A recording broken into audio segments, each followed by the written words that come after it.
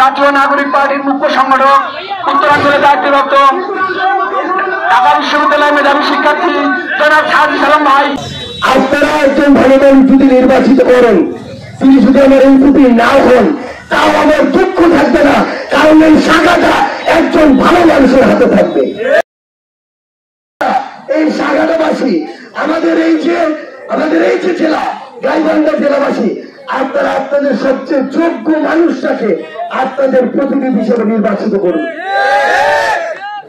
আপনারা যদি নির্বাচনের কয়েকদিন আগে বাবা মা ভাই এসব বলে দোহাই দেওয়া কিছু ভণ্ড প্রতারককে আপনাদের নেতা হিসেবে নির্বাচিত করেন, তাহলে পরবর্তীতে ওই নেতার কাছে আপনাদের শাখাটার পক্ষ থেকে ভালো কিছু চাওয়ার আর অধিকার থাকে না।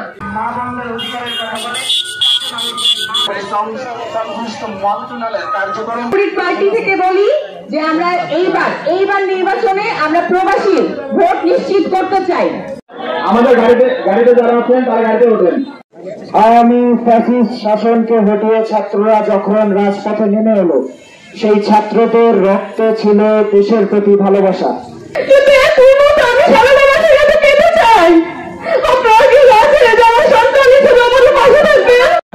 পার্টিতে কাজ করেন এবং